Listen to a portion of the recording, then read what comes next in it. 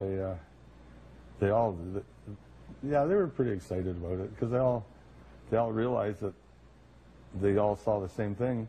We can calculate the actual size of the UFO. They did say it was huge. So here's Fox 4 and 5's location. You project that angle out to here where Fox 2 and Fox 3 were. Here's a few estimates of the size of the UFO, and based on those drawings, you can see the scale here. It was in the order of 1 or 2 kilometers, maybe just under a kilometer for the smallest estimate here. Pelly Crossing has a total population of less than 300 people, 80% of whom are First Nation. It's 282 kilometers northwest of Whitehorse on the banks of the Pelly River. Most of the work is in government, providing services such as education and health. The main employer is the Selkirk First Nation. A small part of the economy is hunting, fishing, and trapping, and it was trapping that had Don Trudeau out on the land on December 11th, 1996.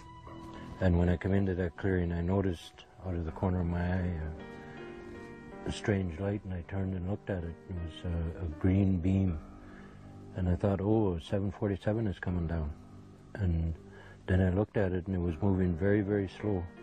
So I turned to get a full view of it, and when I turned, my flashlight beam pointed in that direction, and that thing was 3/4 of a mile to a mile away when I first saw it. And as soon as my flashlight beam turned, that thing went whoosh, and it was about 300 yards away, really, really fast. And when it did that, I covered my light, and then I stood there watching it, and I could no longer look at it without turning and looking at it by turning my head. Another witness from that community is Jean Van Bibber. Her family has a homestead at Pelly Crossing. She's lived there most of her life. I was driving back from Whitehorse with my brother, and we were close to Pelly. We were only a few kilometers out of Pelly when he looked over at me and said, "Holy shit, Jean." And he was looking up in the sky, and so I followed his gaze, and I seen sort of a huge clusters of stars all together. And right away I realized that it was a vehicle, and it was traveling at a very slow rate of speed, and I could see it above the hill, and it went just below the Big Dipper in the sky, and it was the same length as the Big Dipper. Out of the back of it was 2 lights, 2 white beams that were down on a 45-degree angle, and out of the front of it was a green beam. And those beams had to be about 4 feet in diameter, both the one in front and the 2 behind. You couldn't see the outline of the UFO, but you could see the lights. There was lights on the side of the vehicle going like up and down, and then there was individual lights for several stories. I couldn't see the shape of the hull. It was dark of the moon. There was no moon. But I could see that a great portion of the sky was blacked out, the stars. I couldn't see the stars. And I watched that for probably 4 to 5 minutes. And very, very slowly it kept going to where it was coming behind me, and it was starting to disappear behind the treetops. So I run across that little clearing, probably about 4 or 5 steps I was across. I turned around and looked, and it was gone. It looked like something that huge shouldn't be moving in a straight line at that speed, to my mind. Everything was kind of, I was really surprised to see it. I was excited, scared, and all these emotions sort of surfaced at the same time.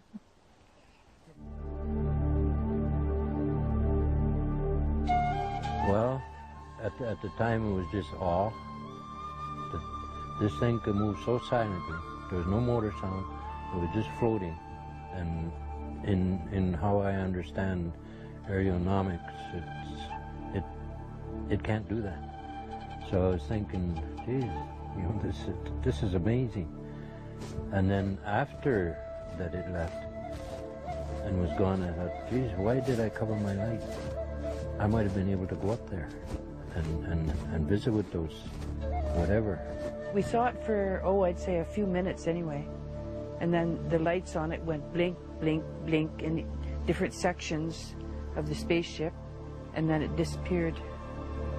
You couldn't see it at all, and You couldn't hear anything. And then after this happened, I got home probably around 10 o'clock, and they were watching a video. And believe it or not, that video was Independence Day.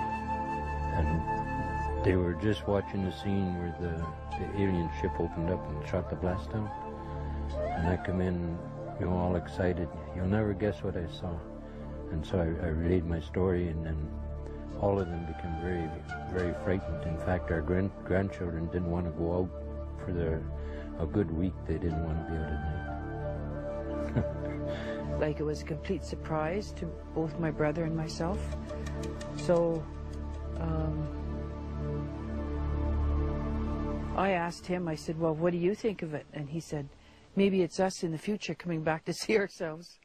But that would be pretty outrageous. Who knows if it's man-made or something from outer space, but they definitely saw what they saw. And this area is known that people see different stuff, though, so that's unexplainable. You know, who knows? Maybe it was a mass hallucination, but I doubt it. It was, and it was definitely a manufactured thing that they saw. Somebody made it, or something made it, or whoever.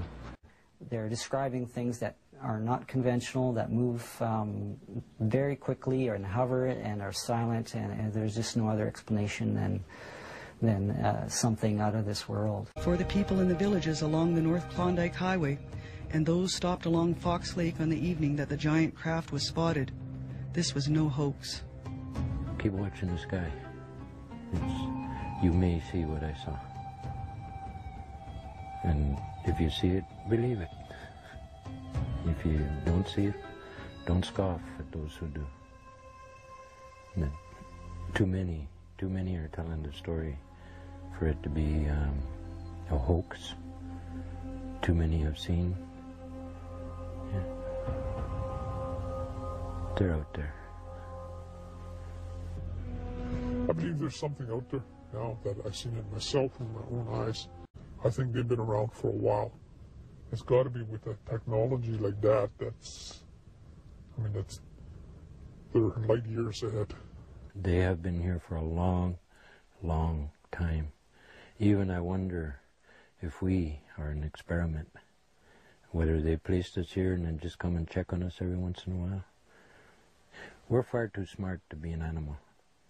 Far too smart, and we evolve very fastly. We come out, look at the last 100 years, from the crank telephone to internet in 100 years. I think we're very intelligent beings.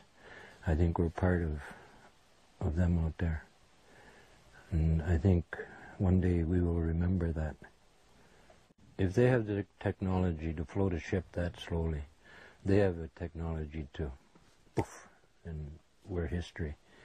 So I think there are people or beings that want to meet with us and are waiting their opportunity. One day I'll meet them, I'll shake their hand. Yeah, and I think that'll be soon, real soon. Maybe this year, maybe next.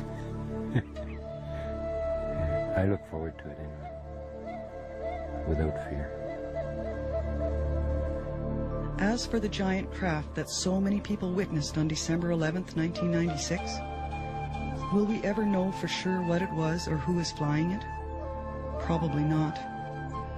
But one thing is for sure. If you find yourself on a lonely stretch of road on the North Klondike Highway, especially late at night, make sure you look at the sky. Look into the heavens. Someone could be watching you.